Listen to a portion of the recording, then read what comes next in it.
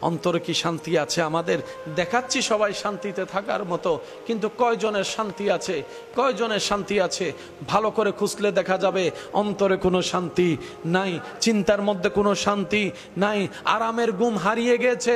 অনেক দিন হয়েছে, এখন বর্তমানে ওষুধ খেয়েও ঘুম ভালো করে হচ্ছে না। নবী রাহমাতুল্লিল আলামিন বলে, হে আমার উম্মতেরা, মৃত্যুর কথা স্মরণ করো, মৃত্যুর কথা প্রত্যেক দিন স্মরণ করো, মৃত্যুর কথা প্রত্যেক দিন স্মরণ করো। হাদিসকে গবেষণা করে দেখা যায় মৃত্যু এমন একটা সত্য, এমন একটা বাস্তবতা, যেটা মানুষ হৃদয় দিয়ে স্মরণ করার মতো করতে জানলে হাজার হিংসা, রাগ, অভিযোগ থেকে সে নিজেকে হেফাজত করতে পারে। সুবহানাল্লাহ। ও আমার ইমানদার ভাইয়েরা, ও আমার ইমানদার বোনেরা, দুনিয়ার জীবন তো অর্ধেক শেষ হয়েছে। কতদিন বা আপনি আমি এই সূর্যের আলোটা দেখতে পাবো? হয়তো কোনো একদিন মসজিদের মিনারে মাইকের আওয়াজের মধ্যে আপনার আমার নামটা বলার পরে বলবে, ইন্না লিল্লাহি ওয়া ইন্না ইলাইহি রাজিউন। আজকে যেমন আপনি আমি অন্যের কথাগুলা শুনছি, অমুক মারা গিয়েছে এতটা বাজে, একদিন আপনার আমার নামের ব্যাপারে সেই শব্দটা বলা হবে, জগতের মানুষ শুনবে। একদিন আপনাকে আমাকে সেই সাদা কাপড়টা পরানো হবে, যে কাপড় দেখলে অনেকের এখনো পর্যন্ত অন্তর কেঁপে উঠে, ভয় লাগে, ভয় লাগে। ওই জায়নাজার খাটিয়ার মধ্যে আপনাকে আমাকে তোলা হবে, যে খাটটা হয়তো এই চোখে আপনি আমি মসজিদের পাশে শতবার দেখেছি, ঢুকতে দেখেছি, বের হতে দেখেছি। বলা তো যায় না কখন কার ডাক চলে আসে। আর কতদিন থাকবো এইভাবে? থেকে কি লাভ হয়েছে বলেন না? নিজের মতো তো থেকেছি, চলেছি, নিজের মতো ভেবেছি অনেক কিছুই। এই ভাবনার মধ্যে আপন ভাই ভাইয়ের সাথে সম্পর্ক নষ্ট করে ফেলেছি, ভাই বোনের মধ্যে এখন কোনো যোগাযোগ নাই, স্বামী স্ত্রীর মধ্যে কোনো বন্ধন নাই, আত্মীয়তার কোনো বন্ধন নাই। পেলাম কি? হারালাম তো অনেক কিছু। পাওয়ার লিস্টিতে আপনার আমার কিছু নাই।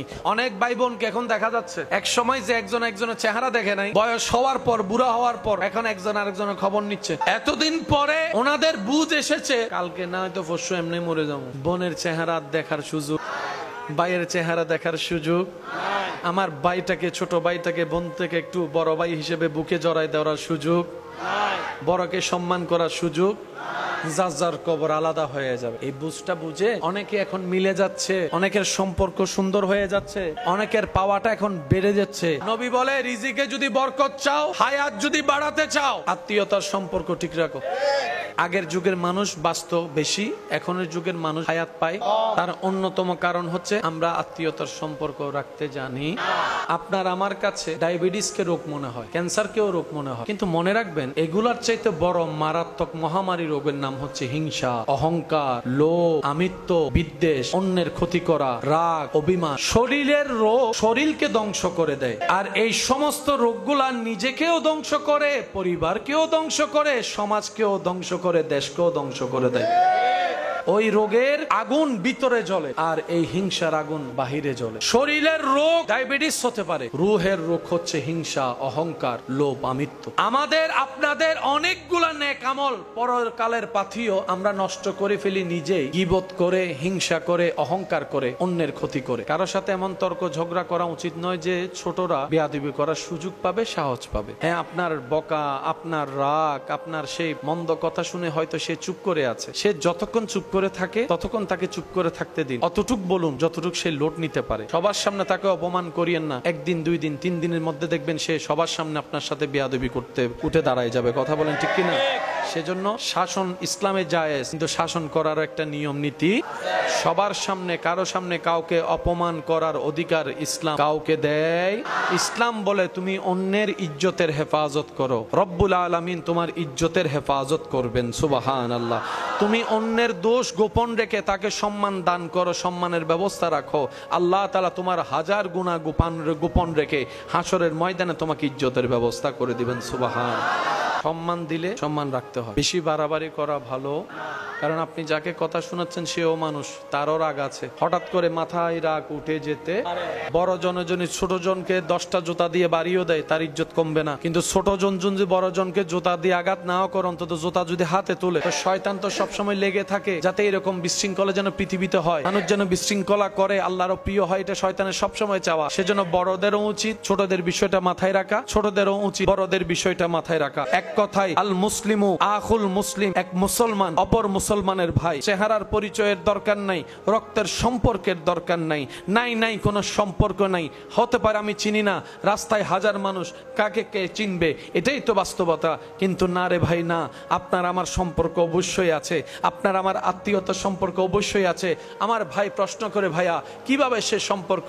আমি বললাম, আপনার বাবাও আদম, আমার বাবাও আদম, আপনার মাও হাওয়া, আমার মাও হাওয়া, আমরা সবাই আদম এবং হাওয়ার সন্তান। সুবহান আল্লাহ। সে পরিবেশে, সে পরিস্থিতিকে, সেই আপনার পরিচয়কে আরো মজবুত করে দিয়েছেন।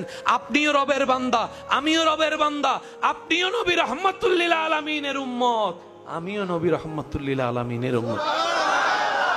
এর চাইতে বড় পরিচয়ের আর কোনো দরকার বলেন না আছে? জোরে বলেন আছে? সময়ক্ষণ একদিন এমন আসবে, সেই ফেরেশতাকে রব্বুল আলামিন জিজ্ঞেস করবে, মালাকুল মউত। ফেরেশতা বলবে, ইয়া রাব্বাল আলামিন, কেউ কি বাকি আছে? ফেরেশতা বলবে, আল্লাহ, পৃথিবীর প্রাণী জগতের জান কবজ করা শেষ হয়েছে, আসমানের যারা ফেরেশতারা আছে ওনারা বাকি আছে। রব্বুল আলামিন বলবেন, কাজ শেষ করো। উনি ফেরেশতাদের জান কবজ করবেন। রব্বুল আলামিন জিজ্ঞেস করবে, আর কি কেউ বাকি আছে? মালাকুল মউত বলবে, আল্লাহ, জিব্রাইল বাকি আছে, ইসরাফিল বাকি আছে, মিকাইল বাকি আছে, আমি বাকি আছি, আরশ বহনকারী ফেরেশতারা বাকি আছে। রব বলবে যে ওদের কেন বাকি থাকবে? কুল্লুমান আলাইহা ফান, তাদেরটাও কবজ করো। সবারটা কবজ করার পরে রব্বুল আলামিন বলবে, মালাকুল মউত, আর কি কেউ বাকি আছে? ফেরেশতা বলবে, আল্লাহ, তুমি আর আমি ছাড়া আর কেউ নাই। রব্বুল আলামিন বলবে, আনা হাইয়ুল কাইয়ুম, এই সাবজেক্টে তো আমি নেই, বাকি আছো সৃষ্টিতে তুমি, আমি তো স্রষ্টা। আল্লাহ, এখন কি করব? ফেরেশতার প্রশ্ন। রব্বুল আলামিন বলবেন, এখন কি করবা মানে? এতদিন যা করে এসেছো তুমি তা করো। তুমি কি শুনোনি আমি রবের বাণী? কুল্লু নাফসিন যায়িকাতুল মউত, প্রাণী যেই হবে মৃত্যুর স্বাদ গ্রহণ করতে হবে। তুমি কি শুনোনি? সুতরাং সেই কাজ পালন করো। এতদিন অন্যদের প্রাণ হরণ করেছো, অন্যদের তুমি করেছো, আজকে আমি রব হুকুম দিলাম তোমারটা তুমি করো, তোমারটা তুমি করো। সুবহানাল্লাহ।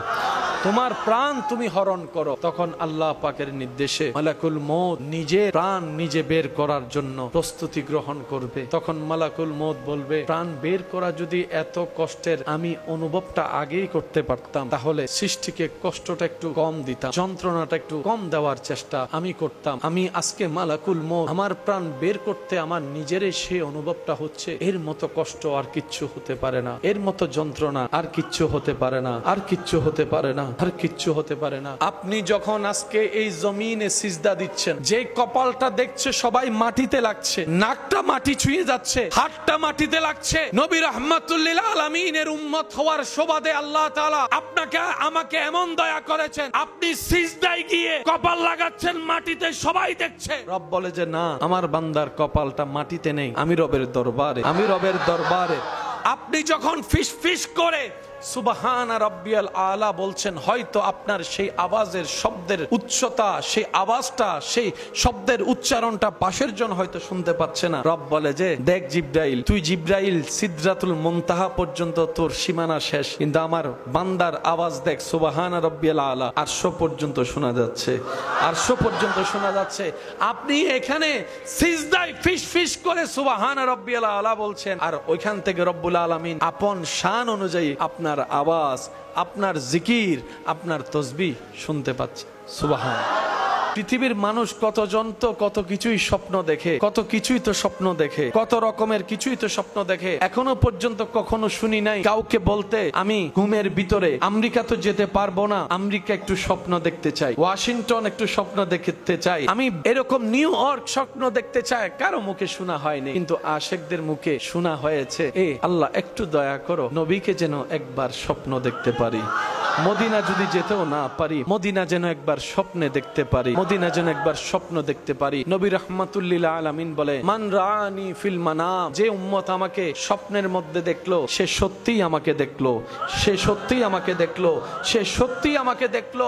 আশেকদের হৃদয়ের চাওয়া, আল্লাহ জীবনে একবার হলো তোমার নবীকে যেন স্বপ্নে দেখতে পারি, সে তৌফিক দান করো। আর যদি সেটা আমার নসিবে না থাকে, অন্তত দুনিয়ার থেকে চিরবিদায় বেলায় যেন মরণের মুহূর্তে তোমার নবীকে দেখতে পারি, সে তৌফিক দান করো। সুবহানাল্লাহ। মরণকালেও যদি আল্লাহ একবার দেখি, আমাদের চোখ শীতল হয়ে যাবে, আমাদের মন ঠান্ডা হয়ে যাবে মওলা। এমন সারা শরীরের মৃত্যুর যে কঠিন যন্ত্রণা, সেটা পর্যন্ত আশিক ভুলে যাবে যখন আল্লাহর রহমতের দিদার হয়ে যাবে। বলেন সুবহানাল্লাহ।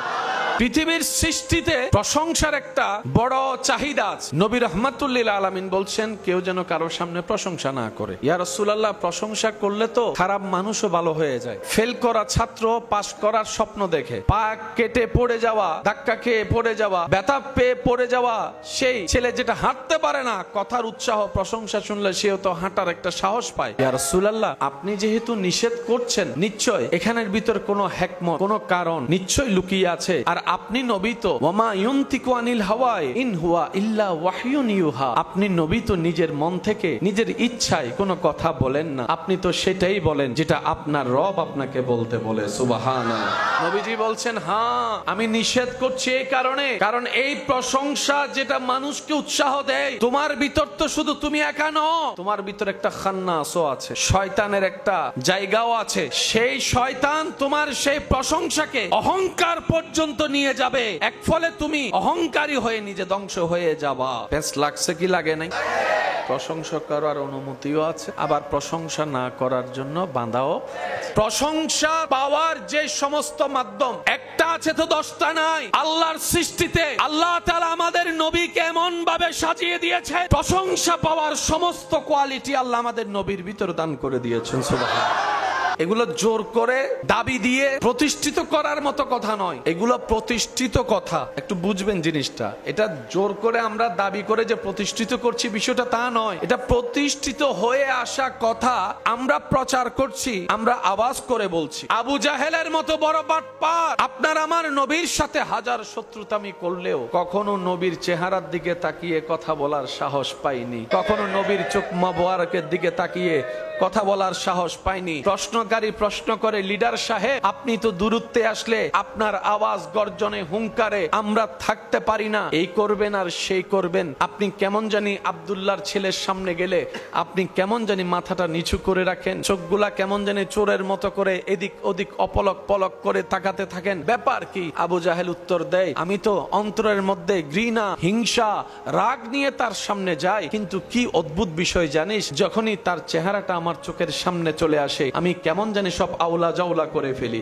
সবকিছু আমি ভুলে যাই, সবকিছু আমি ভুলে যাই, আমি কি চিন্তায় গেলাম সেই চিন্তার কথা আমার আর মাথায় থাকে না। তো পরে নিজে নিজে ভাবলাম, যদি আমি তার দিকে তাকাই আমার মন গলে যাওয়ার সম্ভাবনা আছে, আমি যদি তার দিকে তাকাই আমার অন্তর নরম হয়ে যাওয়ার সম্ভাবনা আছে, আমি আর কঠোর হতে পারবো না। সেজন্য আমি যা করি দূর থেকে করার চেষ্টা করি, যা করি তার দিকে না তাকায় করার চেষ্টা করি। রব্বুল আলামিন বলে, আরে হবে নাই বা কেন, আমার হাবিবকে তো আমি আল্লাহ আমার কুদরতি শান অনুযায়ী বানিয়েছি, কুদরতি শান অনুযায়ী বানিয়েছি। পৃথিবীর প্রশংসা মানুষের করে তো মা করে সন্তানের প্রশংসা, বাবা একটু আড়ালে করে সন্তানের প্রশংসা মনে মনে, হয়তো বন্ধুর মুখে শোনা যায় প্রশংসা, হয়তো স্ত্রীর মুখে স্বামীর প্রশংসা, স্বামীর মুখে স্ত্রীর প্রশংসা, হয়তো আপনার ক্রেতার মুখে বিক্রেতার প্রশংসা, হয়তো রোগীর মুখে ডাক্তারের প্রশংসা হতে পারে। কিন্তু নবী রাহমাতুল্লিল আলামিন এমন একজন জাতওয়ালা, এমন একজন শানওয়ালা, যার প্রশংসা স্বয়ং করেন রব্বুল আলামিন কুরআনুল কারীমে। স্ট্যাটাস কোন জায়গায়? যেখানে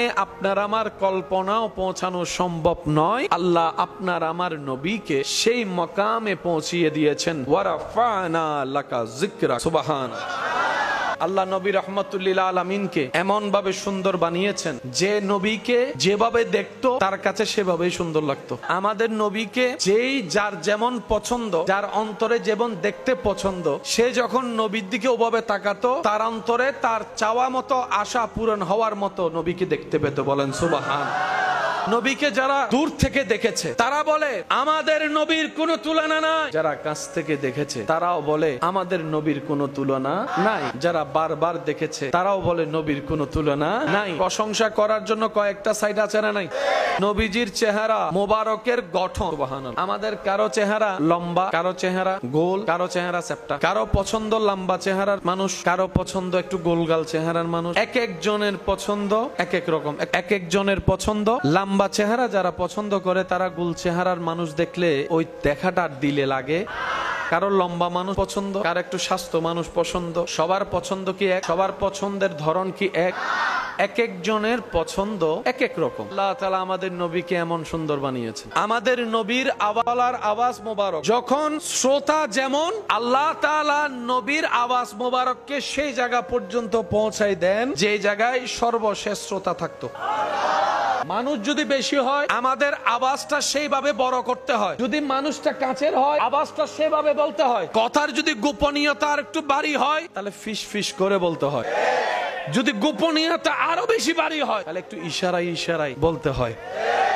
একটা মানুষের জীবনে আওয়াজের লেভেল, শব্দের উচ্চারণ অনেক কিছু ডিফাইন করে, অনেক স্টাইলে বলতে হয় পরিবেশ পরিস্থিতি অনুযায়ী। এখন আমার আওয়াজ এই জায়গায় মাইক থাকার পরও, সাউন্ড থাকার পরও এই লেভেলে যাচ্ছে কেন? আপনাদের দেখার কারণে। আমার চোখ বিবেক বলছে শ্রোতার মাথা ওই জায়গায় আওয়াজটা তো পৌঁছাতে হবে। আল্লাহ তাআলা নবীজির আওয়াজ মোবারকে এমন শান দান করেছেন, আমাদের নবী যখনই যেভাবে কথা বলতেন সামনের জন যেভাবে স্পষ্ট শুনতো, আল্লাহর রহমতে একদম পিছন সারিতে বসা সেই সাহাবাও একই আওয়াজ একই স্পষ্ট ভাবে শুনতো। সুবহান।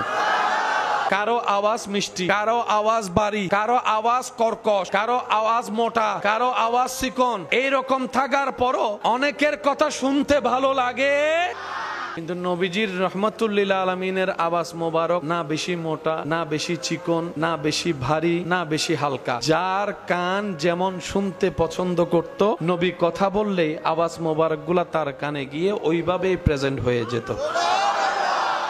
নবীজির শারীরিক গঠন মোবারক না অতি লম্বা, না অতি খাটো, না অতি স্বাস্থ্যবান, না অতি চিকন, না না, নবীজির দেহ মোবারককে আল্লাহ তাআলা এমন গঠন দান করেছে যার চোখ যেমন দেখতে গঠন পছন্দ করত, নবী সামনে আসলে তার নবীকে দেখতে সেরকম মনে হতো। সুবহান।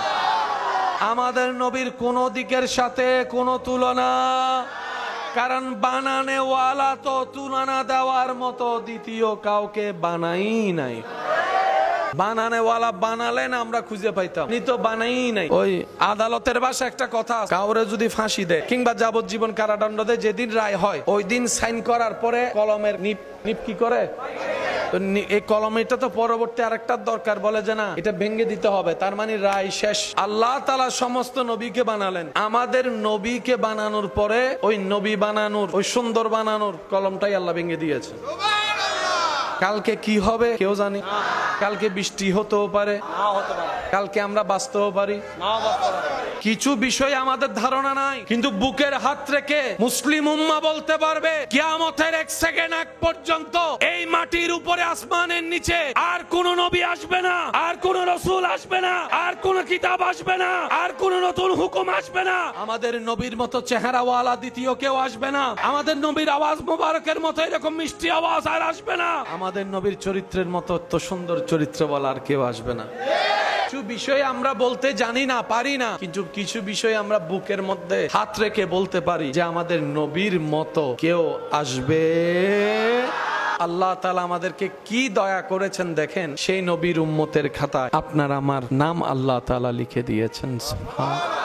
কিভাবে বুঝাই ভাই আপনাদেরকে, হাসরের ময়দানে যখন যাব সেদিন আপনি বুকের মধ্যে হাত দিয়ে থাপ্পড় দিয়ে দিয়ে বলতে পারবেন আমি নবী রাহমাতুল্লিল আলামিনের উম্মত। আপনি কল্পনাও করতে পারবেন না, আপনার আমার যোগ্যতা না থাকা সত্ত্বেও রব্বুল আলামিন নবী রাহমাতুল্লিল আলামিনের খাতিরে আপনাকে আমাকে কোথায় পৌঁছায় দিয়েছেন। আমাদের খাওয়ার কোনো ঠিক, আমাদের ঘুমের ঠিক, আমাদের নিয়মের ঠিক, আমাদের চলার ঠিক, আমরা যে কি কি খাই নিজেও জানি না। সুস্বাস্থ্যকর খাবারের ক্ষেত্রে বাহিরের খাবার স্বাস্থ্যকর না ভিতরের, মানে গড়ের আর কি, বাহিরের না গড়ের, কিন্তু আমরা মজা পাই কোনটা, টাকা দিয়ে খাই কোনটা, যায়া খাই কোনটা, মজা পাই সেটা যেটার মধ্যে আছে জামিলা, আর যেটা মা রান্না করে দেয়, বউয়ে রান্না করে দেয়, বোনে রান্না করে দেয়, থ্যাংক ইউ পর্যন্ত আমাদের মুখ দিয়ে আসে না। আর ওখানে খাওয়ার পরে থ্যাংক ইউ বলে আবার টিপসও দেয়, টিপস লও। ঘরের যিনি রান্না করছেন উনি যে তেল দিয়ে জিনিসটা বাচ্ছেন, উনি উনার জায়গা থেকে সর্বোচ্চ সতর্ক থেকে রান্না করার চেষ্টা করে, কিন্তু যেখানে আপনি আমি যাইয়া খাচ্ছি এটা কি মরা ছিল নাকি জিয়াতারে আল্লাহর নামে জবাই করছে সেটা আমরা কেউ জানি। যে তেলে বাচ্চে সে তেলটা যে কত আগে, আপনার ঘরে যিনি রান্না করছেন উনার গাম আসলো, উনি গামটা পড়তে দিচ্ছে না কেন? আমার ছেলে খাবে, আমার স্বামী খাবে, আমার ভাই। উনি ওনার জায়গা থেকে বারবার সেফটি নিচ্ছে। আমাদের পছন্দ ওগুলাই, আমরা মজা পাই ওগুলাই। ভালো জিনিস আমাদের পেটে হজম, আমরা চলতেও জানি না, খাইতেও জানি না, থাকতেও জানি না, জানি না কিচ্ছু জানি না, কিন্তু কেমনে ফিন মারতে হয় সেটা ভালো করে জানি, কেমনে বিয়ে ভাঙতে হয় সেটা ভালো করে জানি, কেমনে বন্ধুত্ব ছুড়াইতে হয় সেটা ভালো করে জানি, কিভাবে মানুষকে কষ্ট দিতে হয় সেটা ভালো করে জানি, কিভাবে মানুষের অন্তরে আঘাত দিতে হয় সেটা ভালো করে জানি, কিভাবে সম্পর্ক ছিন্ন করতে হয় সেটা ভালো করে জানি, কিভাবে অপমান করতে হয় সেটা ভালো করে জানি, কিভাবে মানুষের মুখ থেকে হাসি ছিনিয়ে নিয়ে কান্নার জগতে তাকে পাঠিয়ে দিতে হয় সেটা আপনি আমি ভালো করে জানি। কথা বলেন ঠিক কিনা?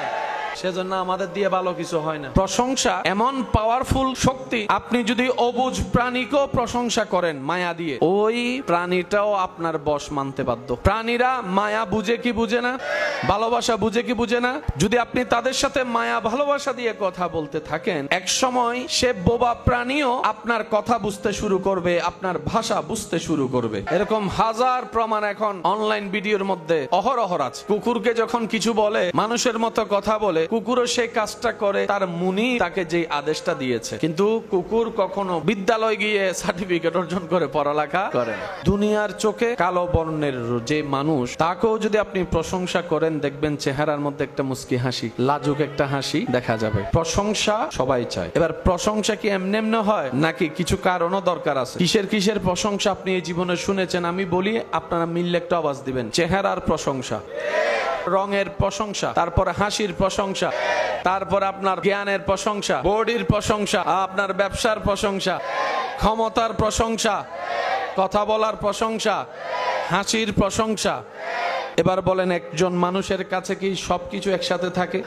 কারো চেহারা সুন্দর তো চরিত্র সুন্দর নাই, কারো গাড়ি আছে তো আপনার হাসি নাই। এক একজন এক এক জায়গায় কমতির মধ্যে সবাই আছে। এই যে রমজান মাস যখন আসে, এমনি কেউ কাউরে খাওয়ায়, পরিচিতরা অনেক সময় খাওয়াইতে দেখা যায়, কিন্তু রমজান মাস আসলে দেখবেন আমার ভাইয়েরা যখন ইফতারি নিয়ে বসে থাকে আল্লাহর হুকুমের অপেক্ষায়, পথচারী রাস্তা দিয়ে যাচ্ছে, ডেকে বসাই দে, ভাই আসেন, সম্পর্ক কিছুই নেই, ডেকে বসাই দিচ্ছে, আপন থালায় বাক করে খাচ্ছে, তিনজনের ইফতারি পাঁচজনে মিলে খাচ্ছে। এই সম্পর্ক কিসের? এটা হচ্ছে ঈমানের সম্পর্ক। সুবহানাল্লাহ। বিশ্বজাহান প্রশংসার একটা ক্ষুধা সবার ভিতরেই থাকে। আপনি খেয়াল করলে দেখবেন ছোট্ট বাচ্চাও প্রশংসা শুনলে খুশি হয়ে যায়। দুনিয়াবি দৃষ্টিতে যাদের কোনো অর্থ সম্পদ নাই, রাস্তার ফকির ভিক্ষুক আমরা যাদেরকে বলি, এমন মানুষও প্রশংসা শুনলে অন্তর একটা তৃপ্তি পায়। দুনিয়ার চোখে কালো বর্ণ, যদিও সৌন্দর্যের জন্য বর্ণটা কালো হোক সাদা হোক এটা ডিফাইন করে না। আসল সুন্দর তো সে যার মন সুন্দর, যার চিন্তা সুন্দর, যার চরিত্র সুন্দর,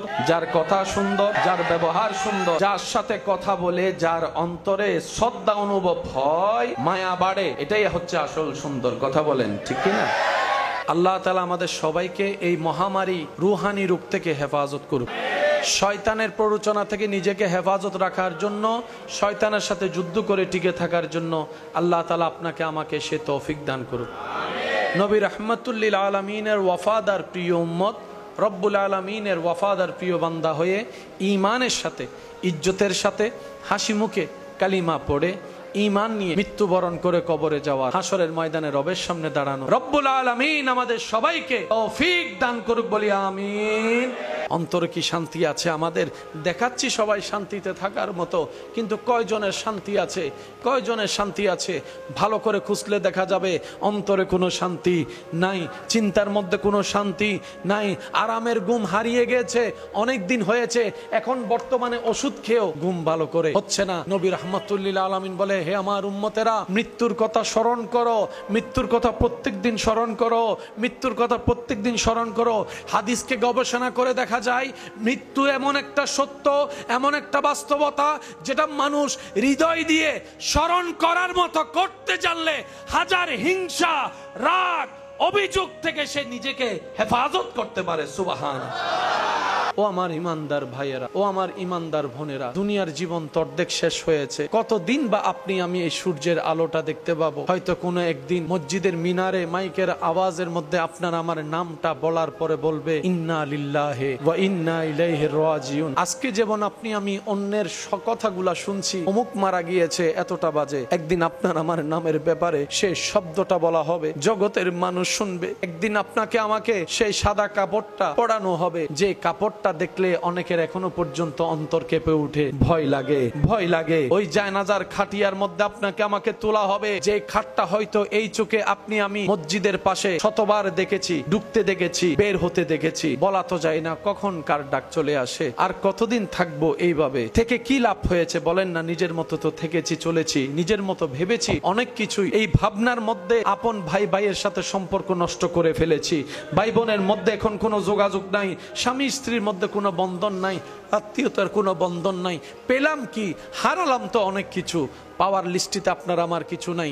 অনেক ভাই বোনকে এখন দেখা যাচ্ছে, এক সময় যে একজন একজনের চেহারা দেখে নাই, বয়স হওয়ার পর, বুড়া হওয়ার পর এখন একজন আরেকজনের খবর নিচ্ছে। এতদিন পরে ওনাদের বুঝ এসেছে, কালকে না হয়তো পরশু এমনি মরে যাবো। বোনের চেহারা দেখার সুযোগ, ভাইয়ের চেহারা দেখার সুযোগ, আমার ভাইটাকে, ছোট ভাইটাকে বোন থেকে একটু বড় ভাই হিসেবে বুকে জড়াই দেওয়ার সুযোগ, বড়কে সম্মান করার সুযোগ, যার যার কবর আলাদা হয়ে যাবে। এই বুঝটা বুঝে অনেকে এখন মিলে যাচ্ছে, অনেকের সম্পর্ক সুন্দর হয়ে যাচ্ছে, অনেকের পাওয়াটা এখন বেড়ে যাচ্ছে। নবী বলে, রিজিকে যদি বরকত চাও, হায়াত যদি বাড়াতে চাও, আত্মীয়তার সম্পর্ক ঠিক রাখো। আগের যুগের মানুষ বাঁচত বেশি, এখনের যুগের মানুষ হায়াত পায়। তার অন্যতম কারণ হচ্ছে আমরা আত্মীয়তার সম্পর্ক রাখতে জানি। আপনার আমার কাছে ডায়াবেটিসকে রোগ মনে হয়, ক্যান্সারকেও রোগ মনে হয়, কিন্তু মনে রাখবেন এগুলার চাইতে বড় মারাত্মক মহামারী রোগের নাম হচ্ছে হিংসা, অহংকার, লোভ, আমিত্ব, বিদ্বেষ, অন্যের ক্ষতি করা, রাগ, অভিমান। শরীরের রোগ শরীরকে ধ্বংস করে দেয়, আর এই সমস্ত রোগগুলা নিজেকেও ধ্বংস করে, পরিবারকেও ধ্বংস করে, সমাজকেও ধ্বংস করে, দেশকেও ধ্বংস করে দেয়।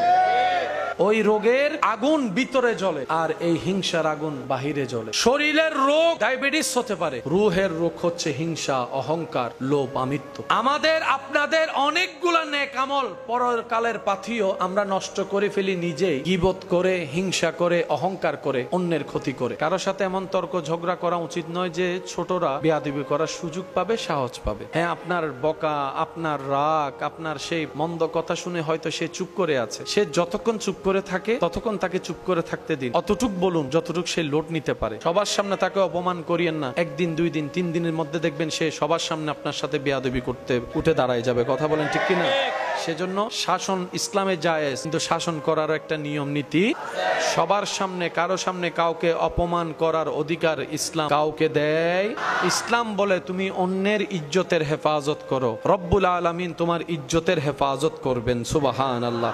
তুমি অন্যের দোষ গোপন রেখে তাকে সম্মান দান করো, সম্মানের ব্যবস্থা রাখো, আল্লাহ তাআলা তোমার 1000 গুনাহ গোপন রেখে হাসরের ময়দানে তোমাকে ইজ্জতের ব্যবস্থা করে দিবেন। সুবহানাল্লাহ। সম্মান দিলে সম্মান রাখতে হয়, বেশি বাড়াবাড়ি করা ভালো, কারণ আপনি যাকে কথা শোনাচ্ছেন সেও মানুষ, তারও রাগ আছে। হঠাৎ করে মাথায় রাগ উঠে যেতে বড় জনে যদি ছোট জনকে 10টা জুতা দিয়ে বাড়িও দেয়, তার ইজ্জত কমবে না। কিন্তু ছোট জন যদি বড় জনকে জুতা দিয়ে আঘাত নাও করে, অন্তত জুতা যদি হাতে তোলে, তো শয়তান তো সবসময় লেগে থাকে যাতে এরকম বিশৃঙ্খলা যেন পৃথিবীতে হয়, মানুষ যেন বিশৃঙ্খলা করে, আল্লাহরও প্রিয় হয়, এটা শয়তানের সবসময় চাওয়া। সেজন্য বড়দেরও উচিত ছোটদের বিষয়টা মাথায় রাখা, ছোটদেরও উচিত বড়দের বিষয়টা মাথায় রাখা। এক কথায় আল মুসলিমু আখুল মুসলিম, এক মুসলমান অপর মুসলমানের ভাই। চেহারার পরিচয়ের দরকার নাই, রক্তের সম্পর্কের দরকার নাই, নাই কোনো সম্পর্ক নাই। হতে পারে আমি চিনি না, রাস্তায় 1000 মানুষ, কাকে কে চিনবে, এটাই তো বাস্তবতা। কিন্তু না রে ভাই, না, আপনার আমার সম্পর্ক অবশ্যই আছে,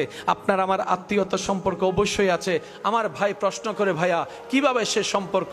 আমি বললাম, আপনার বাবাও আদম, আমার বাবাও আদম, আপনার মাও হাওয়া, আমার মাও হাওয়া, আমরা সবাই আদম এবং হাওয়ার সন্তান। সুবহানাল্লাহ। সেই পরিবেশে, সেই পরিস্থিতিকে, সেই আপনার পরিচয়কে আরো মজবুত করে দিয়েছেন। আপনিও রবের বান্দা, আমিও রবের বান্দা, আপনিও নবী রাহমাতুল লিল আলামিনের উম্মত, আমিও নবী রাহমাতুল লিল আলামিনের উম্মত। এর চাইতে বড় পরিচয়ের আর কোনো দরকার বলেন না আছে? জোরে বলেন আছে?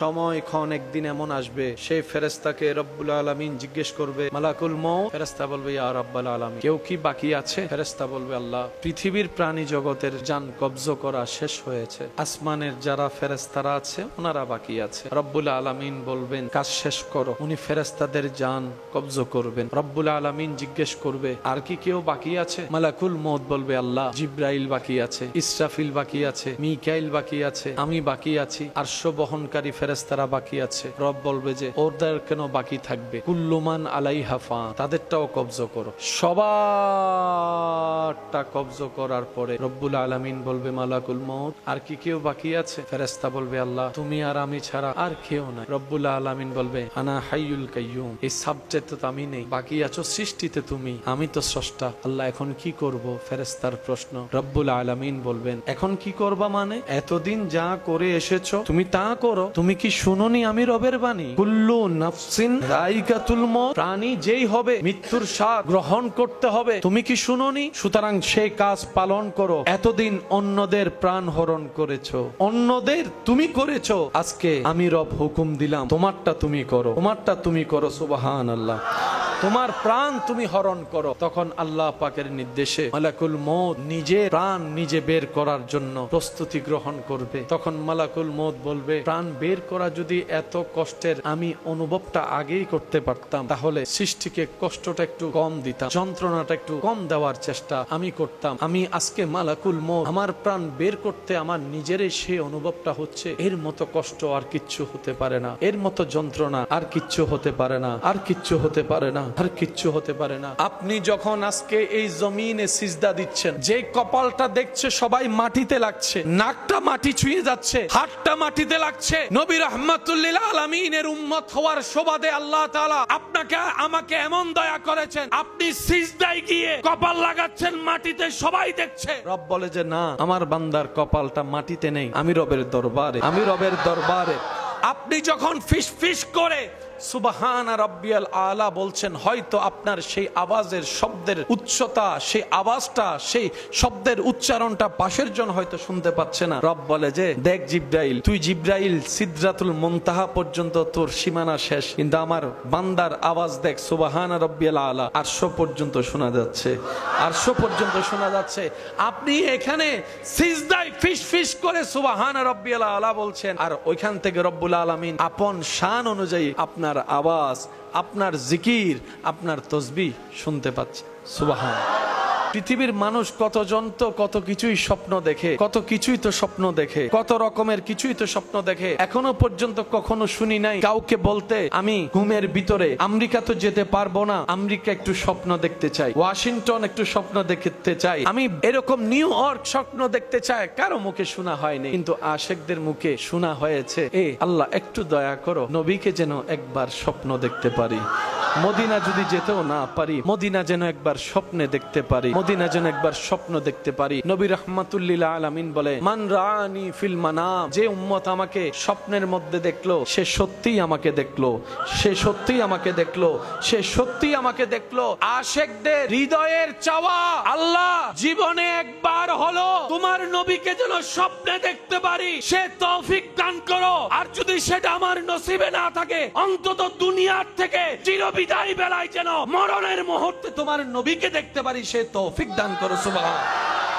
মরণ কালেও যদি আল্লাহ একবার দেখি, আমাদের চোখ শীতল হয়ে যাবে, আমাদের মন ঠান্ডা হয়ে যাবে মওলা। এমন সারা শরীরের মৃত্যুর যে কঠিন যন্ত্রণা, সেটা পর্যন্ত আশেক ভুলে যাবে যখন আল্লাহর রহমতের দিদার হয়ে যাবে। বলেন সুবহানাল্লাহ। পৃথিবীর সৃষ্টিতে প্রশংসার একটা বড় চাহিদা আছে। নবী রাহমাতুল লিল আলামিন বলছেন, কেউ যেন কারোর সামনে প্রশংসা না করে। ইয়া রাসূলুল্লাহ, প্রশংসা করলে তো খারাপ মানুষও ভালো হয়ে যায়। ফেল করা ছাত্র পাস করার স্বপ্ন দেখে, পা কেটে পড়ে যাওয়া, ধাক্কা খেয়ে পড়ে যাওয়া, ব্যথা পেয়ে পড়ে যাওয়া, সেই ছেলে যেটা হাঁটতে পারে না, কথার উৎসাহ প্রশংসা শুনলে সেও তো হাঁটার একটা সাহস পায়। ইয়া রাসূলুল্লাহ, আপনি যেহেতু নিষেধ করছেন, নিশ্চয় এখানের ভিতর কোনো হিকমত, কোনো কারণ নিশ্চয় লুকিয়ে আছে। আর আর আপনি নবী তো ওয়ামা ইউনতিকু আনিল হাওয়া ইন হুয়া ইল্লা ওয়াহয়ুন ইউহা, আপনি নবী তো নিজের মন থেকে নিজের ইচ্ছায় কোনো কথা বলেন না, আপনি তো সেটাই বলেন যেটা আপনার রব আপনাকে বলতে বলে। সুবহানাল্লাহ। নবীজি বলছেন হ্যাঁ আমি নিষেধ করছি এই কারণে, কারণ এই প্রশংসা যেটা মানুষকে উৎসাহ দেয়, তোমার ভিতর তো শুধু তুমি একা নও, তোমার ভিতর একটা খান্নাসও আছে, শয়তানের একটা জায়গাও আছে। সেই শয়তান তোমার সেই প্রশংসাকে অহংকার পর্যন্ত নিয়ে যাবে, এক ফলে তুমি অহংকারী হয়ে নিজে ধ্বংস হয়ে যাবা। বেশ লাগছে কি লাগে নাই? প্রশংসা করার অনুমতিও আছে, আবার প্রশংসা না করার জন্য বাঁধাও। প্রশংসা পাওয়ার যে সমস্ত মাধ্যম একটা আছে তো 10টা নাই। আল্লাহর সৃষ্টিতে আল্লাহ তাআলা আমাদের নবীকে এমন ভাবে সাজিয়ে দিয়েছে, প্রশংসা পাওয়ার সমস্ত কোয়ালিটি আল্লাহ আমাদের নবীর ভিতর দান করে দিয়েছেন। সুবহানাল্লাহ। এগুলো জোর করে দাবি দিয়ে প্রতিষ্ঠিত করার মতো কথা নয়, এগুলো প্রতিষ্ঠিত কথা। একটু বুঝবেন জিনিসটা, এটা জোর করে আমরা দাবি করে যে প্রতিষ্ঠিত করছি বিষয়টা তা নয়, এটা প্রতিষ্ঠিত হয়ে আসা কথা আমরা প্রচার করছি, আমরা আওয়াজ করে বলছি। আবু জাহেলের মতো বড় বাটপার আপনার আমার নবীর সাথে হাজার শত্রুতামি করলেও কখনো নবীর চেহারার দিকে তাকিয়ে কথা বলার সাহস পাইনি, কখনো নবীর চোখ মোবারকের দিকে তাকিয়ে কথা বলার সাহস পাইনি। প্রশ্নকারী প্রশ্ন করে, লিডার সাহেব আপনি তো দূরত্বে আসলে আপনার আওয়াজ গর্জনে হুঙ্কারে আমরা থাকতে পারি না, এই করবেন আর সেই করবেন, আপনি কেমন জানি আব্দুল্লাহর ছেলের সামনে গেলে আপনি কেমন জানি মাথাটা নিচু করে রাখেন, চোখগুলা কেমন জানি চোরের মতো করে এদিক ওদিক অপলক পলক করে তাকাতে থাকেন, ব্যাপার কি? আবু জাহেল উত্তর দেয়, আমি তো অন্তরের মধ্যে ঘৃণা হিংসা রাগ নিয়ে তার সামনে যাই, কিন্তু কি অদ্ভুত বিষয় জানিস, যখনই তার চেহারাটা আমার চোখের সামনে চলে আসে আমি কেমন জানি সব আউলা জাউলা করে ফেলি, সবকিছু আমি ভুলে যাই, সবকিছু আমি ভুলে যাই, আমি কি চিন্তায় গেলাম সেই চিন্তার কথা আমার আর মাথায় থাকে না। তো পরে নিজে নিজে ভাবলাম যদি আমি তার দিকে তাকাই আমার মন গলে যাওয়ার সম্ভাবনা আছে, আমি যদি তার দিকে তাকাই আমার অন্তর নরম হয়ে যাওয়ার সম্ভাবনা আছে, আমি আর কঠোর হতে পারবো না। সেজন্য আমি যা করি দূর থেকে করার চেষ্টা করি, যা করি তার দিকে না তাকায় করার চেষ্টা করি। রব্বুল আলামিন বলে, আরে হবে নাই বা কেন, আমার হাবিবকে তো আমি আল্লাহ আমার কুদরতি শান অনুযায়ী বানিয়েছি, কুদরতি শান অনুযায়ী বানিয়েছি। পৃথিবীর প্রশংসা মানুষের করে তো মা করে সন্তানের প্রশংসা, বাবা একটু আড়ালে করে সন্তানের প্রশংসা মনে মনে, হয়তো বন্ধুর মুখে শোনা যায় প্রশংসা, হয়তো স্ত্রীর মুখে স্বামীর প্রশংসা, স্বামীর মুখে স্ত্রীর প্রশংসা, হয়তো আপনার ক্রেতার মুখে বিক্রেতার প্রশংসা, হয়তো রোগীর মুখে ডাক্তারের প্রশংসা হতে পারে। কিন্তু নবী রাহমাতুল লিল আলামিন এমন একজন জাতওয়ালা, এমন একজন শানওয়ালা যার প্রশংসা স্বয়ং করেন রব্বুল আলামিন কুরআনুল কারীমে। স্ট্যাটাস কোন জায়গায়? যেখানে আপনার আমার কল্পনাও পৌঁছানো সম্ভব নয়, আল্লাহ আপনার আমার নবীকে সেই মকামে পৌঁছিয়ে দিয়েছেন। ওয়ারাফানা লাকা যিকরা। সুবহানাল্লাহ। আল্লাহ নবী রাহমাতুল লিল আলামিনকে এমন ভাবে সুন্দর বানিয়েছেন যে নবীকে যেভাবে দেখতো তার কাছে সেভাবেই সুন্দর লাগতো। আমাদের নবীকে যেই যার যেমন পছন্দ, যার অন্তরে যেমন দেখতে পছন্দ, সে যখন নবীর দিকে ওভাবে তাকাতো তার অন্তরে তার চাওয়া মতো আশা পূরণ হওয়ার মতো নবীকে দেখতে পেত। বলেন সুবহানাল্লাহ। নবীকে যারা দূর থেকে দেখেছে তারা বলে আমাদের নবীর কোনো তুলনা নাই, যারা কাছ থেকে দেখেছে তারাও বলে আমাদের নবীর কোনো তুলনা নাই, যারা বারবার দেখেছে তারাও বলে নবীর কোনো তুলনা নাই। প্রশংসা করার জন্য কয়েকটা সাইড আছে না নাই? নবীজির চেহারা মোবারকের গঠন সুবহানাল্লাহ। আমাদের কারো চেহারা লম্বা, কারো চেহারা গোল, কারো চেহারা চ্যাপ্টা, কারো পছন্দ লম্বা চেহারার মানুষ, কারো পছন্দ একটু গোলগাল চেহারার মানুষ। এক একজনের পছন্দ এক এক রকম, এক একজনের পছন্দ। লম্বা চেহারা যারা পছন্দ করে তারা গোল চেহারার মানুষ দেখলে ওই দেখাটা দিলে লাগে। কারো লম্বা মানুষ পছন্দ, কার একটু স্বাস্থ্য মানুষ পছন্দ। সবার পছন্দ কি এক? সবার পছন্দের ধরন কি এক? এক একজনের পছন্দ এক এক রকম। আল্লাহ তাআলা আমাদের নবীকে এমন সুন্দর বানিয়েছেন। আমাদের নবীর আওয়ালার আওয়াজ মোবারক যখন শ্রোতা যেমন, আল্লাহ তাআলা নবীর আওয়াজ মোবারককে সেই জায়গা পর্যন্ত পৌঁছায় দেন যে জায়গায় সর্বশেষ শ্রোতা থাকতো। মানুষ যদি বেশি হয় আমাদের আওয়াজটা সেইভাবে বড় করতে হয়, যদি মানুষটা কাছের হয় আওয়াজটা সেভাবে বলতে হয়, কথার যদি গোপনীয়তা আর একটু বাড়ি হয় তাহলে ফিস ফিস করে বলতে হয়, যদি গোপনীয়তা আরো বেশি বাড়ি হয় তাহলে একটু ইশারায় ইশারায় বলতে হয়। একটা মানুষ মানুষের জীবনে আওয়াজের লেভেল, শব্দের উচ্চারণ, অনেক কিছু ডিফাইন করে, অনেক স্টাইলে বলতে হয় পরিবেশ পরিস্থিতি অনুযায়ী। এখন আমার আওয়াজ এই জায়গায় মাইক থাকার পরও, সাউন্ড থাকার পরও এই লেভেলে যাচ্ছে কেন? আপনাদের দেখার কারণে। আমার চোখ বিবেক বলছে শ্রোতার মাথা ওই জায়গায় আওয়াজটা তো পৌঁছাতে হবে। আল্লাহ তাআলা নবীজির আওয়াজ মোবারকে এমন শান দান করেছেন, আমাদের নবী যখনই যেভাবে কথা বলতেন সামনের জন যেভাবে স্পষ্ট শুনতো, আল্লাহর রহমতে একদম পিছন সারিতে বসা সেই সাহাবাও একই আওয়াজ একই স্পষ্ট ভাবে শুনতো। সুবহান।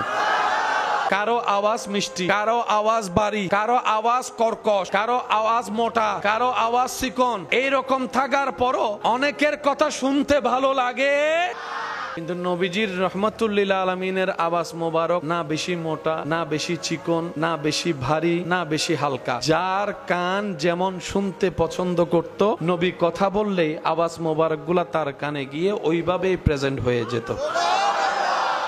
নবীজির শারীরিক গঠন মোবারক, না অতি লম্বা, না অতি খাটো, না অতি স্বাস্থ্যবান, না অতি চিকন, না নবীজির দেহ মোবারককে আল্লাহ তাআলা এমন গঠন দান করেছে, যার চোখ যেমন দেখতে গঠন পছন্দ করত, নবী সামনে আসলে তার নবীকে দেখতে সেরকম মনে হতো। সুবহান।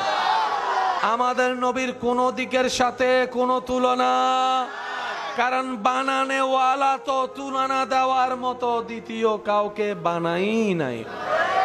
বানানেওয়ালা বানালেন আমরা খুঁজে পাইতাম, উনি তো বানাই নাই। ওই আদালতের ভাষা একটা কথা, কাউরে যদি ফাঁসি দেয় কিংবা যাবজ্জীবন কারাদণ্ড দেয়, যেদিন রায় হয় ওই দিন সাইন করার পরে কলমের নিপ কি করে, এই কলমটা তো পরবর্তী আরেকটা দরকার, বলে যে না এটা ভেঙে দিতে হবে, তার মানে রায় শেষ। আল্লাহ তাআলা সমস্ত নবীকে বানালেন, আমাদের নবীকে বানানোর পরে ওই নবী বানানোর, ওই সুন্দর বানানোর কলমটাই আল্লাহ ভেঙে দিয়েছে।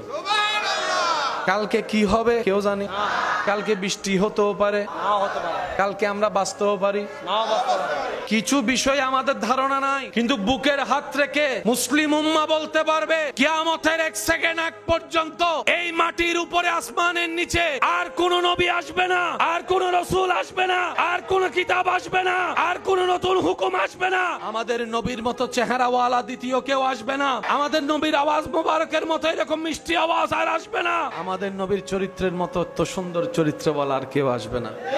কিছু বিষয় আমরা বলতে জানি না, পারি না, কিন্তু কিছু বিষয় আমরা বুকের মধ্যে হাত রেখে বলতে পারি যে আমাদের নবীর মতো কেউ আসবে।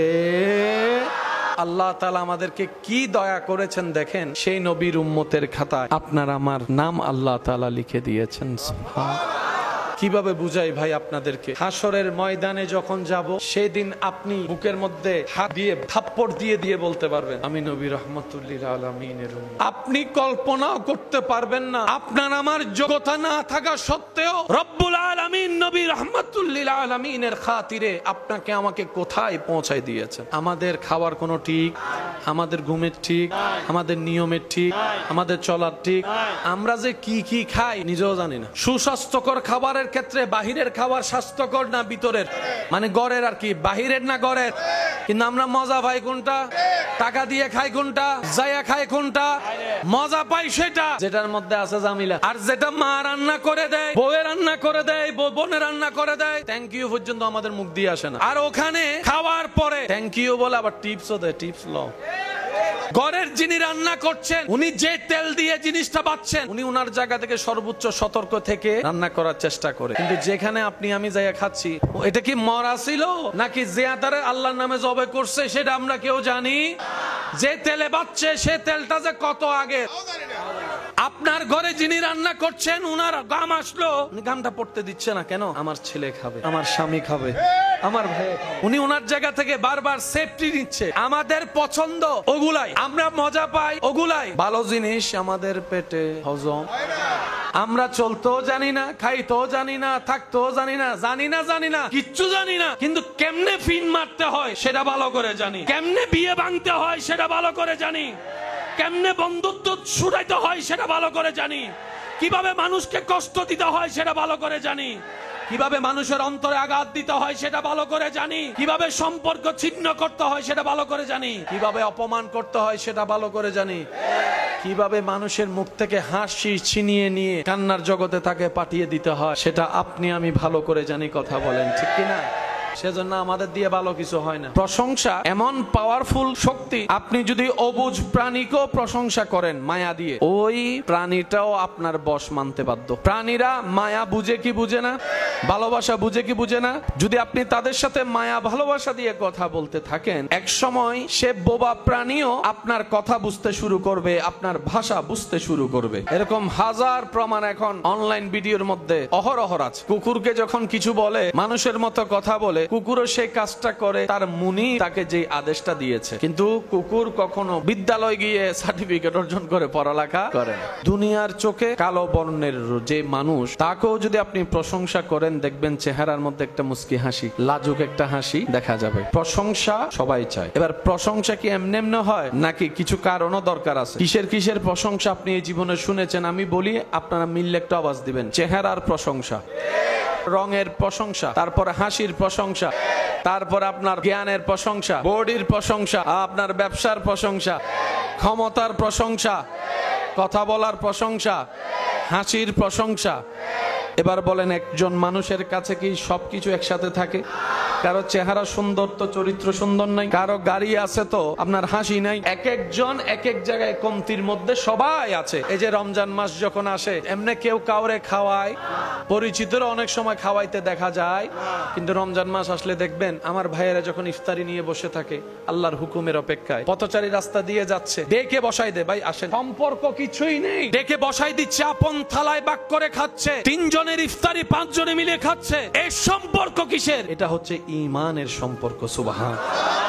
বিশ্বজাহান প্রশংসার একটা ক্ষুধা সবার ভিতরেই থাকে। আপনি খেয়াল করলে দেখবেন ছোট্ট বাচ্চাও প্রশংসা শুনলে খুশি হয়ে যায়। দুনিয়াবী দৃষ্টিতে যাদের কোনো অর্থ সম্পদ নাই, রাস্তার ফকির ভিক্ষুক আমরা যাদেরকে বলি, এমন মানুষও প্রশংসা শুনলে অন্তর একটা তৃপ্তি পায়। দুনিয়ার চোখে কালো বর্ণ, যদিও সৌন্দর্যের জন্য বর্ণটা কালো হোক সাদা হোক এটা ডিফাইন করে না। আসল সুন্দর তো সে যার মন সুন্দর, যার চিন্তা সুন্দর, যার চরিত্র সুন্দর, যার কথা সুন্দর, যার ব্যবহার সুন্দর, যার সাথে কথা বলে যার অন্তরে শ্রদ্ধা অনুভব হয়, মায়া বাড়ে, এটাই হচ্ছে আসল সুন্দর। কথা বলেন ঠিক কিনা? আল্লাহ তাআলা আমাদের সবাইকে এই মহামারী রুহানি রোগ থেকে হেফাজত করুক। শয়তানের প্ররোচনা থেকে নিজেকে হেফাজত রাখার জন্য, শয়তানের সাথে যুদ্ধ করে টিকে থাকার জন্য আল্লাহ তাআলা আপনাকে আমাকে সে তৌফিক দান করুক। নবী রাহমাতুল লিল আলামিনের ওয়াফাদার প্রিয় উম্মত, রব্বুল আলামিনের ওয়াফাদার প্রিয় বান্দা হয়ে ঈমানের সাথে, ইজ্জতের সাথে, হাসি মুখে কালিমা পড়ে ঈমান নিয়ে মৃত্যুবরণ করে কবরে যাওয়া, হাসরের ময়দানে রবের সামনে দাঁড়ানো রব্বুল আলামিন আমাদের সবাইকে তৌফিক দান করুক, বলি আমিন। অন্তরে কি শান্তি আছে আমাদের? দেখাচ্ছি সবাই শান্তিতে থাকার মতো, কিন্তু কয়জনের শান্তি আছে? কয়জনের শান্তি আছে? ভালো করে খুঁজলে দেখা যাবে অন্তরে কোনো শান্তি নাই, চিন্তার মধ্যে কোনো শান্তি নাই, আরামের ঘুম হারিয়ে গেছে, অনেক দিন হয়েছে, এখন বর্তমানে ওষুধ খেয়েও ঘুম ভালো করে হচ্ছে না। নবী রাহমাতুল লিল আলামিন বলে, হে আমার উম্মতেরা, মৃত্যুর কথা স্মরণ করো, মৃত্যুর কথা প্রত্যেক দিন স্মরণ করো, মৃত্যুর কথা প্রত্যেক দিন স্মরণ করো। হাদিসকে গবেষণা করে দেখা যায়, মৃত্যু এমন একটা সত্য, এমন একটা বাস্তবতা, যেটা মানুষ হৃদয় দিয়ে স্মরণ করার মতো করতে জানলে হাজার হিংসা, রাগ, অভিযোগ থেকে সে নিজেকে হেফাজত করতে পারে। সুবহানাল্লাহ। ও আমার ইমানদার ভাইয়েরা, ও আমার ইমানদার বোনেরা, দুনিয়ার জীবন তো অর্ধেক শেষ হয়েছে। কতদিন বা আপনি আমি এই সূর্যের আলোটা দেখতে পাবো? হয়তো কোনো একদিন মসজিদের মিনারে মাইকের আওয়াজের মধ্যে আপনার আমার নামটা বলার পরে বলবে, ইন্না লিল্লাহি ওয়া ইন্না ইলাইহি রাজিউন। আজকে যেমন আপনি আমি অন্যের কথাগুলা শুনছি, অমুক মারা গিয়েছে এতটা বাজে, একদিন আপনার আমার নামের ব্যাপারে সেই শব্দটা বলা হবে, জগতের মানুষ শুনবে। একদিন আপনাকে আমাকে সেই সাদা কাপড়টা পরানো হবে, যে কাপড় দেখলে অনেকের এখনো পর্যন্ত অন্তর কেঁপে উঠে, ভয় লাগে, ভয় লাগে। ওই জানাজার খাটিয়ার মধ্যে আপনাকে আমাকে তোলা হবে, যে খাটটা হয়তো এই চোখে আপনি আমি মসজিদের পাশে শতবার দেখেছি, ঢুকতে দেখেছি, বের হতে দেখেছি, বলা তো যায় না কখন কার ডাক চলে আসে। আর কতদিন থাকবো এইভাবে? থেকে কি লাভ হয়েছে বলেন না? নিজের মতো তো থেকেছি, চলেছি, নিজের মতো ভেবেছি অনেক কিছুই। এই ভাবনার মধ্যে আপন ভাই ভাইয়ের সাথে সম্পর্ক নষ্ট করে ফেলেছি, ভাই বোনের মধ্যে এখন কোনো যোগাযোগ নাই, স্বামী স্ত্রীর মধ্যে কোনো বন্ধন নাই, আত্মীয়তার কোনো বন্ধন নাই। পেলাম কি? হারালাম তো অনেক কিছু। পাওয়ার লিস্টিতে আপনার আমার কিছু নাই। অনেক ভাই বোনকে এখন দেখা যাচ্ছে, এক সময় যে একজন একজনের চেহারা দেখে নাই, বয়স হওয়ার পর, বুড়া হওয়ার পর এখন একজন আরেকজনের খবর নিচ্ছে। এতদিন পরে ওনাদের বুঝ এসেছে, কালকে না হয়তো পরশু এমনি মরে যাবো। বোনের চেহারা দেখার সুযোগ, ভাইয়ের চেহারা দেখার সুযোগ, আমার ভাইটাকে, ছোট ভাইটাকে বোন থেকে একটু বড় ভাই হিসেবে বুকে জড়াই দেওয়ার সুযোগ, বড়কে সম্মান করার সুযোগ, যার যার কবর আলাদা হয়ে যাবে। এই বুঝটা বুঝে অনেকে এখন মিলে যাচ্ছে, অনেকের সম্পর্ক সুন্দর হয়ে যাচ্ছে, অনেকের পাওয়াটা এখন বেড়ে যাচ্ছে। নবী বলে, রিজিকে যদি বরকত চাও, হায়াত যদি বাড়াতে চাও, আত্মীয়তার সম্পর্ক ঠিক রাখো। আগের যুগের মানুষ বাঁচত বেশি, এখনের যুগের মানুষ হায়াত পায়। তার অন্যতম কারণ হচ্ছে আমরা আত্মীয়তার সম্পর্ক রাখতে জানি। আপনার আমার কাছে ডায়াবেটিসকে রোগ মনে হয়, ক্যান্সারকেও রোগ মনে হয়, কিন্তু মনে রাখবেন এগুলার চাইতে বড় মারাত্মক মহামারী রোগের নাম হচ্ছে হিংসা, অহংকার, লোভ, আমিত্ব, বিদ্বেষ, অন্যের ক্ষতি করা, রাগ, অভিমান। শরীরের রোগ শরীরকে ধ্বংস করে দেয়, আর এই সমস্ত রোগগুলা নিজেকেও ধ্বংস করে, পরিবারকেও ধ্বংস করে, সমাজকেও ধ্বংস করে, দেশকেও ধ্বংস করে দেয়। ওই রোগের আগুন ভিতরে জ্বলে, আর এই হিংসার আগুন বাহিরে জ্বলে। শরীরের রোগ ডায়াবেটিস হতে পারে, রুহের রোগ হচ্ছে হিংসা, অহংকার, লোভ, আমিত্ব। আমাদের আপনাদের অনেকগুলা নেক আমল পরকালের পাথিও আমরা নষ্ট করে ফেলি নিজেই, গীবত করে, হিংসা করে, অহংকার করে, অন্যের ক্ষতি করে। কারোর সাথে এমন তর্ক ঝগড়া করা উচিত নয় যে ছোটরা বেয়াদবি করার সুযোগ পাবে, সাহস পাবে। হ্যাঁ, আপনার বকা, আপনার রাগ, আপনার সেই মন্দ কথা শুনে হয়তো সে চুপ করে আছে। সে যতক্ষণ চুপ করে থাকে ততক্ষণ তাকে চুপ করে থাকতে দিন। অতটুক বলুন যতটুক সে লোট নিতে পারে। সবার সামনে তাকে অপমান করিয়েন না। একদিন, 2 দিন, 3 দিনের মধ্যে দেখবেন সে সবার সামনে আপনার সাথে বেয়াদবি করতে উঠে দাঁড়ায় যাবে। কথা বলেন ঠিক কিনা? সেজন্য শাসন ইসলামে জায়েজ, কিন্তু শাসন করার একটা নিয়ম নীতি। সবার সামনে, কারো সামনে কাউকে অপমান করার অধিকার ইসলাম কাউকে দেয়। ইসলাম বলে তুমি অন্যের ইজ্জতের হেফাজত করো, রব্বুল আলামিন তোমার ইজ্জতের হেফাজত করবেন। সুবহানাল্লাহ। তুমি অন্যের দোষ গোপন রেখে তাকে সম্মান দান করো, সম্মানের ব্যবস্থা রাখো, আল্লাহ তাআলা তোমার 1000 গুনাহ গোপন রেখে হাসরের ময়দানে তোমাকে ইজ্জতের ব্যবস্থা করে দিবেন। সুবহানাল্লাহ। সম্মান দিলে সম্মান রাখতে হবে। বেশি বাড়াবাড়ি করা ভালো, কারণ আপনি যাকে কথা শোনাচ্ছেন সেও মানুষ, তারও রাগ আছে। হঠাৎ করে মাথায় রাগ উঠে যেতে বড় জনে যদি ছোট জনকে 10টা জুতা দিয়ে বাড়িও দেয়, তার ইজ্জত কমবে না। কিন্তু ছোট জন যদি বড় জনকে জুতা দিয়ে আঘাত নাও করে, অন্তত জুতা যদি হাতে তুলে, তো শয়তান তো সবসময় লেগে থাকে যাতে এরকম বিশৃঙ্খলা যেন পৃথিবীতে হয়, মানুষ যেন বিশৃঙ্খলা করে, আল্লাহরও প্রিয় হয়, এটা শয়তানের সবসময় চাওয়া। সেজন্য বড়দেরও উচিত ছোটদের বিষয়টা মাথায় রাখা, ছোটদেরও উচিত বড়দের বিষয়টা মাথায় রাখা। এক কথায় আল মুসলিমু আখুল মুসলিম, এক মুসলমান অপর মুসলমানের ভাই। চেহারার পরিচয়ের দরকার নাই, রক্তের সম্পর্কের দরকার নাই, নাই কোনো সম্পর্ক নাই। হতে পারে আমি চিনি না, রাস্তায় 1000 মানুষ, কাকে কে চিনবে, এটাই তো বাস্তবতা। কিন্তু না রে ভাই, না, আপনার আমার সম্পর্ক অবশ্যই আছে, আপনার আমার আত্মীয়তার সম্পর্ক অবশ্যই আছে। আমার ভাই প্রশ্ন করে, ভাইয়া কিভাবে সে সম্পর্ক? আমি বললাম, আপনার বাবাও আদম, আমার বাবাও আদম, আপনার মাও হাওয়া, আমার মাও হাওয়া, আমরা সবাই আদম এবং হাওয়ার সন্তান। সুবহানাল্লাহ। সেই পরিবেশে, সেই পরিস্থিতিকে, সেই আপনার পরিচয়কে আরো মজবুত করে দিয়েছেন। আপনিও রবের বান্দা, আমিও রবের বান্দা, আপনিও নবী রাহমাতুল লিল আলামিনের উম্মত, আমিও নবী রাহমাতুল লিল আলামিনের উম্মত। এর চাইতে বড় পরিচয়ের আর কোনো দরকার বলেন না আছে? জোরে বলেন আছে? সময় ক্ষণ একদিন এমন আসবে, সেই ফেরেশতাকে রব্বুল আলামিন জিজ্ঞেস করবে, মালাকুল মউত। ফেরেশতা বলবে, ইয়া রাব্বাল আলামিন, কেউ কি বাকি আছে? ফেরেশতা বলবে, আল্লাহ, পৃথিবীর প্রাণী জগতের জান কবজ করা শেষ হয়েছে, আসমানের যারা ফেরেশতারা আছে ওনারা বাকি আছে। রব্বুল আলামিন বলবেন, কাজ শেষ করো। উনি ফেরেশতাদের জান কবজ করবেন। রব্বুল আলামিন জিজ্ঞেস করবে, আর কি কেউ বাকি আছে? মালাকুল মউত বলবে, আল্লাহ, জিব্রাইল বাকি আছে, ইসরাফিল বাকি আছে, মিকাইল বাকি আছে, আমি বাকি আছি, আরশ বহনকারী ফেরেশতারা বাকি আছে। রব বলবে যে ওদের কেন বাকি থাকবে? কুল্লুমান আলাইহা ফান, তাদেরটাও কবজ করো। সবারটা কবজ করার পরে রব্বুল আলামিন বলবে, মালাকুল মউত, আর কি কেউ বাকি আছে? ফেরেশতা বলবে, আল্লাহ, তুমি আর আমি ছাড়া আর কেউ নাই। রব্বুল আলামিন বলবে, আনা হাইয়ুল কাইয়ুম, এই সাবজেক্টে তো আমি নেই, বাকি আছো সৃষ্টিতে তুমি, আমি তো স্রষ্টা। আল্লাহ, এখন কি করব? ফেরেশতার প্রশ্ন। রব্বুল আলামিন বলবেন, এখন কি করবা মানে? এতদিন যা করে এসেছো তুমি তা করো, তুমি তুমি কি শুনোনি আমি রবের বাণী? কুল্লু নাফসিন যায়িকাতুল মউত, প্রাণী যেই হবে মৃত্যুর স্বাদ গ্রহণ করতে হবে। তুমি কি শুনোনি? সুতরাং সেই কাজ পালন করো। এতদিন অন্যদের প্রাণ হরণ করেছো, অন্যদের তুমি করেছো, আজকে আমি রব হুকুম দিলাম তোমারটা তুমি করো, তোমারটা তুমি করো। সুবহানাল্লাহ।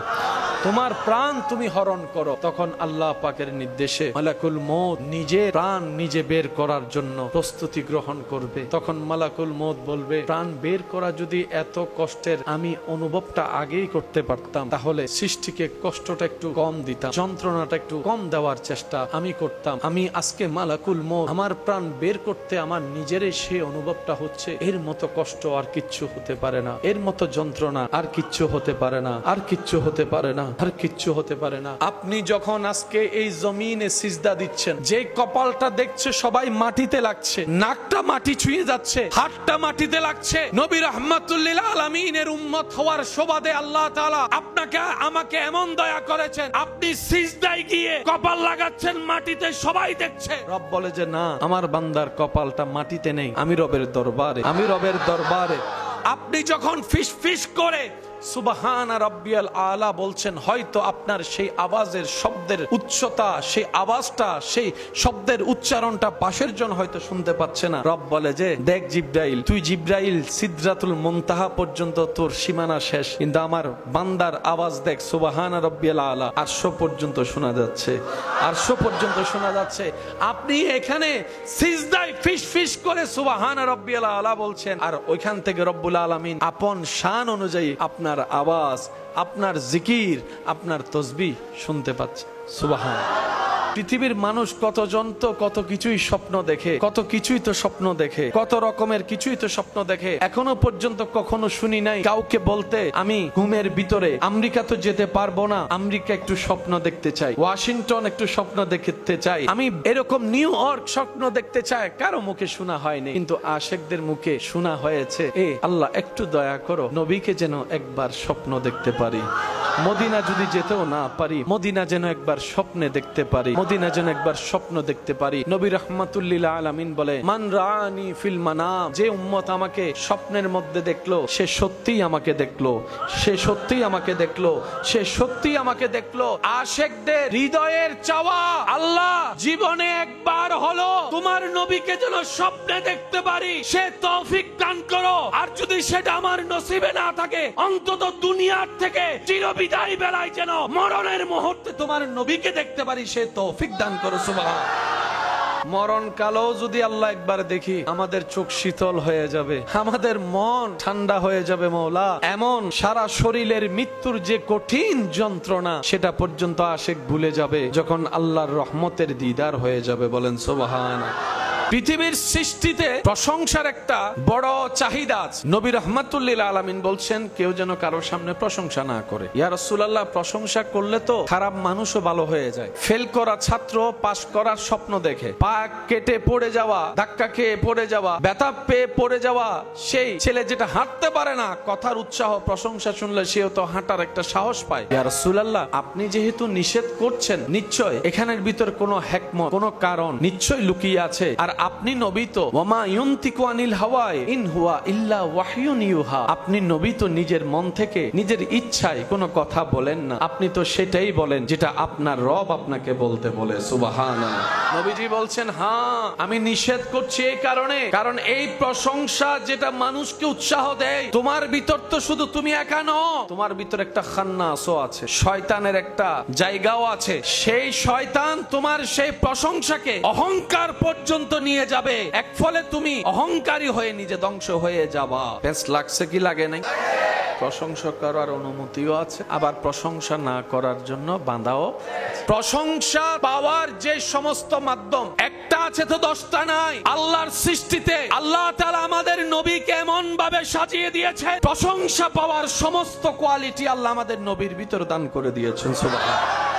এগুলো জোর করে দাবি দিয়ে প্রতিষ্ঠিত করার মতো কথা নয়, এগুলো প্রতিষ্ঠিত কথা। একটু বুঝবেন জিনিসটা, এটা জোর করে আমরা দাবি করে যে প্রতিষ্ঠিত করছি বিষয়টা তা নয়, এটা প্রতিষ্ঠিত হয়ে আসা কথা আমরা প্রচার করছি, আমরা আওয়াজ করে বলছি। আবু জাহেলের মতো বড় বাটপার আপনার আমার নবীর সাথে হাজার শত্রুতামি করলেও কখনো নবীর চেহারার দিকে তাকিয়ে কথা বলার সাহস পাইনি, কখনো নবীর চোখ মোবারকের দিকে তাকিয়ে কথা বলার সাহস পাইনি। প্রশ্নকারী প্রশ্ন করে, লিডার সাহেব আপনি তো দূরত্বে আসলে আপনার আওয়াজ গর্জনে হুঙ্কারে আমরা থাকতে পারি না, এই করবেন আর সেই করবেন, আপনি কেমন জানি আব্দুল্লাহর ছেলের সামনে গেলে আপনি কেমন জানি মাথাটা নিচু করে রাখেন, চোখগুলা কেমন জানি চোরের মতো করে এদিক ওদিক অপলক পলক করে তাকাতে থাকেন, ব্যাপার কি? আবু জাহেল উত্তর দেয়, আমি তো অন্তরের মধ্যে ঘৃণা হিংসা রাগ নিয়ে তার সামনে যাই, কিন্তু কি অদ্ভুত বিষয় জানিস, যখনই তার চেহারাটা আমার চোখের সামনে চলে আসে আমি কেমন জানি সব আউলা জাউলা করে ফেলি,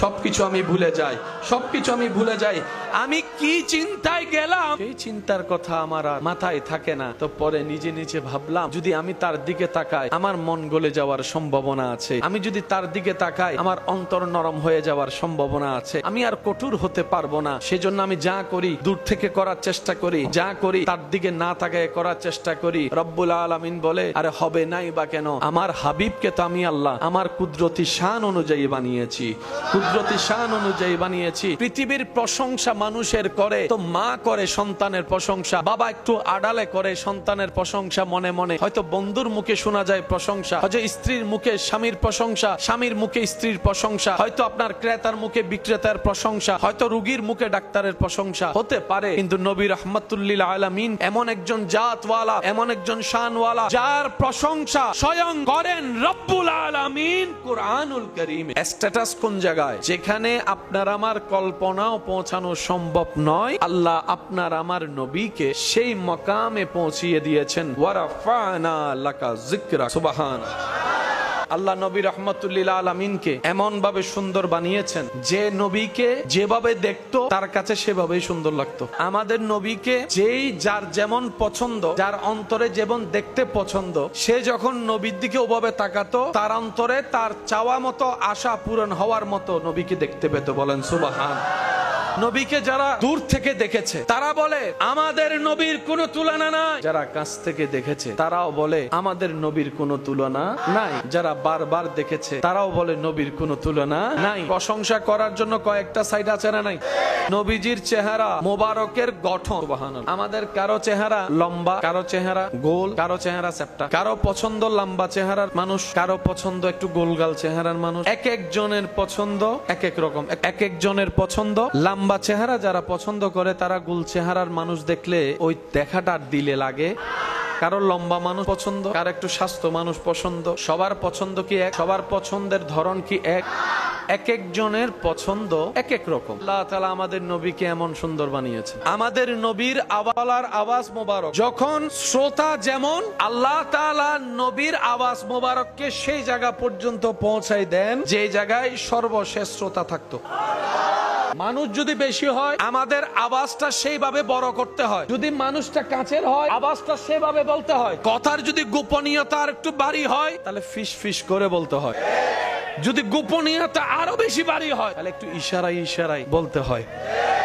একটা মানুষের জীবনে আওয়াজের লেভেল, শব্দের উচ্চারণ অনেক কিছু ডিফাইন করে, অনেক স্টাইলে বলতে হয় পরিবেশ পরিস্থিতি অনুযায়ী। এখন আমার আওয়াজ এই জায়গায় মাইক থাকার পরও, সাউন্ড থাকার পরও এই লেভেলে যাচ্ছে কেন? আপনাদের দেখার কারণে। আমার চোখ বিবেক বলছে শ্রোতার মাথা ওই জায়গায় আওয়াজটা তো পৌঁছাতে হবে। আল্লাহ তাআলা নবীজির আওয়াজ মোবারকে এমন শান দান করেছেন, আমাদের নবী যখনই যেভাবে কথা বলতেন সামনের জন যেভাবে স্পষ্ট শুনতো, আল্লাহর রহমতে একদম পিছন সারিতে বসা সেই সাহাবাও একই আওয়াজ একই স্পষ্ট ভাবে শুনতো। সুবহান। কারো আওয়াজ মিষ্টি, কারো আওয়াজ বাড়ি, কারো আওয়াজ কর্কশ, কারো আওয়াজ মোটা, কারো আওয়াজ চিকন, এইরকম থাকার পরও অনেকের কথা শুনতে ভালো লাগে, কিন্তু নবীজির রাহমাতুল লিল আলামিনের আওয়াজ মোবারক না বেশি মোটা, না বেশি চিকন, না বেশি ভারী, না বেশি হালকা। যার কান যেমন শুনতে পছন্দ করত, নবী কথা বললেই আওয়াজ মোবারক গুলা তার কানে গিয়ে ওইভাবেই প্রেজেন্ট হয়ে যেত।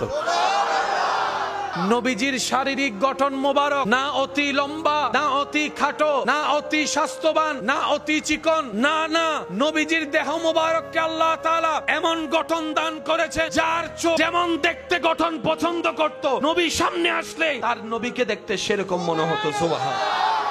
আমাদের নবীর কোন দিকের সাথে কোনো তুলনা, কারণ বানানেওয়ালা তো তুলনা দেওয়ার মতো দ্বিতীয় কাউকে বানাই নাই।